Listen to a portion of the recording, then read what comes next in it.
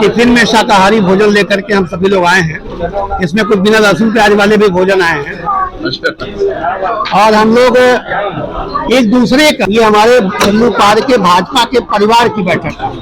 इस परिवार में अपने अपने रसोई से हम लोग ले आए हैं। कोई रोटी लाया, कोई सब्जी लाया, कोई पकौड़ी लाया, कोई चुनाव में कोई बागी बना तो उसको संगठन अपने स्तर पे कार्य करती है, उस पर एक्शन लेती है और फिर समय की गलती कैसी आती है, वक्त आता है, बहुत सारे लोग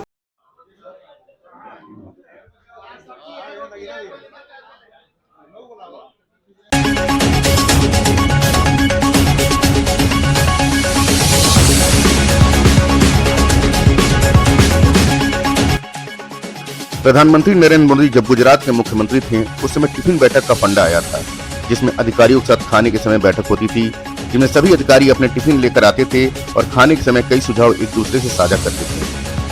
नरेंद्र मोदी ने प्रधानमंत्री बनने के समय इसे अपने मंत्रिपरिषद में भी लागू किया। इसके पीछे पीएम मोदी का एक ही मकसद है, टीम भावना विकसित करना। इसी क्रम में मोदी सरकार के 9 वर्ष पूरे होने पर पढ़लगंज में विधायक राजेश त्रिपाठी के नेतृत्व में पूरे चिल्लू पार के सभी भाजपा कार्यकर्ताओं ने कलेसरी स्थित एक रेस्टोरेंट में टिफिन बैठक में एक दूसरे के भोजन को ग्रहण करने के साथ साथ क्षेत्र की बेहतरी हेतु सुझाव भी शेयर किया। आइए देखते हैं पूरी खबर।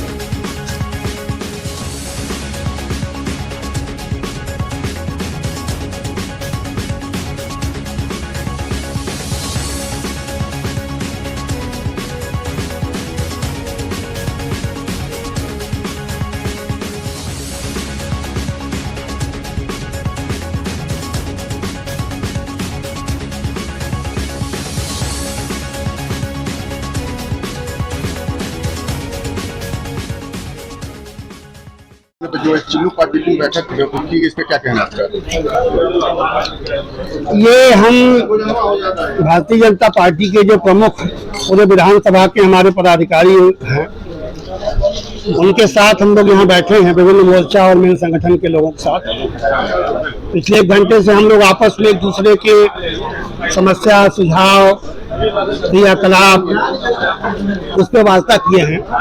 संगठन कैसे मजबूत हो, कैसे एक बार फिर हम लोग मोदी जी की सरकार प्रदेश में, देश में ले आए, इसके लिए हम लोगों ने विचार विमर्श यहाँ किया है। संगठन के नेतृत्व पर यह आयोजित हुआ है और एक साथ सभी कार्यकर्ता हम लोग अपने अपने घरों से टिफिन में शाकाहारी भोजन लेकर के हम सभी लोग आए हैं। इसमें कुछ बिना लहसुन प्याज वाले भी भोजन आए हैं और हम लोग एक दूसरे का, यहाँ सभी जात, सभी धर्म के लोग हैं। इसमें यहाँ पिछड़े वर्ग के भी लोग हैं, अगड़े वर्ग के भी लोग हैं, विभिन्न संप्रदायों के लोग हैं, अनुसूचित वर्ग के लोग हैं।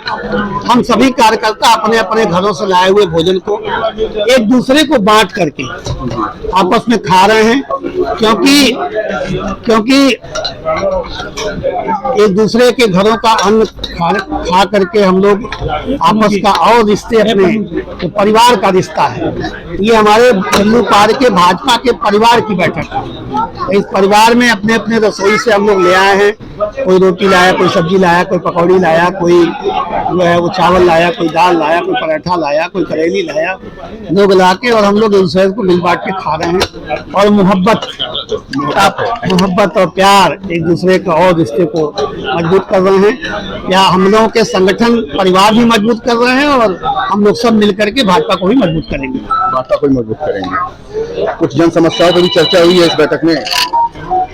विभिन्न हमारे गांव से आए हुए हमारे मोर्चे और संगठन के पदाधिकारी, शक्ति केंद्र के पदाधिकारी, बूथों के पदाधिकारी और मंडल स्तर के पदाधिकारी या जो जिले में, क्षेत्र में नेता हैं यहाँ के रहने वाले, अपने गांव के सड़क, बिजली, पानी की समस्या का उन्होंने ध्यान दिलाया है, उसको नोट किया गया है। जो कार्य ब्लॉक से होने लायक होगा उसे ब्लॉक से कराएंगे हम लोग, जो कार्य विधायक से होने लायक करेंगे हम लोग, लेकिन उन कार्यों को भी हम लोग जल्दी से जल्दी कराएंगे। बहुत बहुत धन्यवाद। भोजन करिए।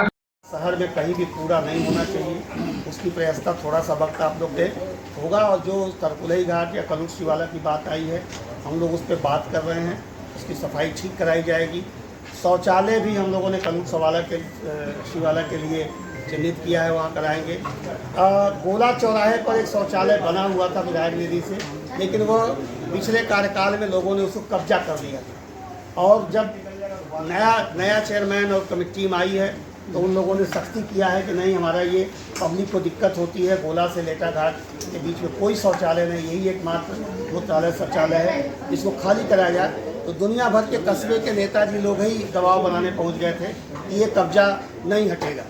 लेकिन मैं धन्यवाद दूंगा महेश उमर जी को, और धमकी दी गई वोट की और अन्य चीज़ों की, लेकिन स्पष्ट उन्होंने कहा कि सार्वजनिक जो चीज़ें हैं उस पर हम कोई समझौता नहीं कर सकते।